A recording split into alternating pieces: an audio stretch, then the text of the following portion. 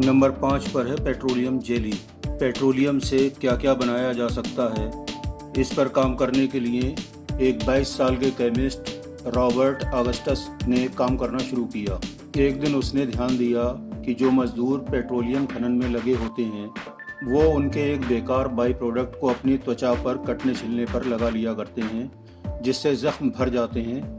उन्होंने देखा कि उस पदार्थ से त्वचा के जलने कटने से जल्दी जख्म भर जाते हैं और त्वचा चमकदार हो जाती है।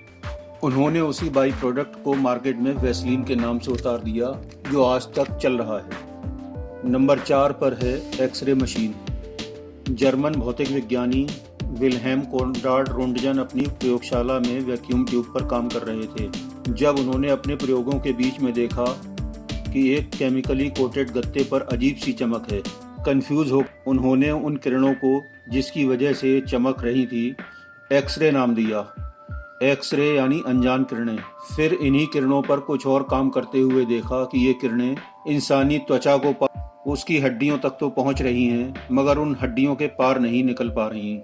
बस इसी से एक्सरे मशीन बनाने का रास्ता साफ हो गया और चिकित्सा विज्ञान में क्रांति आ गई। नंबर 3 पर है कुनैन।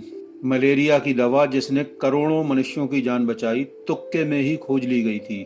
मलेरिया की दवा के तौर पर इसे पेरू में खोजा गया जब अंग्रेज मिशनरी अगस्टिनो सेलम्ब्रिनो ने 17वीं सदी में पेरू में देखा कि बुखार होने पर वहाँ के आदिवासी सिंकोना के पेड़ की छाल को चबाकर अपना इलाज कर लेते हैं। उन्हें इससे एहसास हुआ कि इस पेड़ की छाल में वाकई कोई ऐसी चीज़ है जो मलेरिया में प्रभावी है।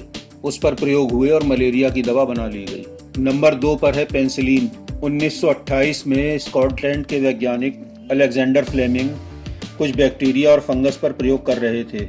जो प्रयोग वो कर रहे थे उसमें एक जार को उन्होंने गलती से खुला छोड़ दिया जिसमें नीली फंगस गिर गई थी। सुबह उठकर उन्होंने देखा कि उस जार के बैक्टीरिया लगातार कम हो रहे हैं। वो समझ गए कि इस फफूंद में कुछ ऐसा है जो बैक्टीरिया को मार रहा है। उन्होंने इस पर प्रयोग जारी रखे और पेंसिलिन की खोज की, जिस पर उन्हें नोबेल प्राइज भी मिला। इस दवा ने करोड़ों लोगों को निमोनिया, मेनिंजाइटिस और डिप्थीरिया से बचाया और आज भी ये दवा एंटीबायोटिक के तौर पर इस्तेमाल होती है। नंबर 1 पर है वियाग्रा। ये दुनिया की सबसे तेज बिकने वाली दवाई है। हालांकि ये जिस काम में इस्तेमाल की जाती है उसका इस काम से कोई वास्ता नहीं जिसके लिए ये खोजी गई थी। असल में वियाग्रा को एंजाइना यानी सीने में चुभन की दवाई के तौर पर खोजा गया था। जब इसके क्लिनिकल ट्रायल शुरू हुए तो पता चला कि बजाय सीने में चुभन के ये फिजिकल इंटरकोर्स में बहुत कारगर है। तब से ये नीली गोली टॉप सेलिंग बनी हुई है।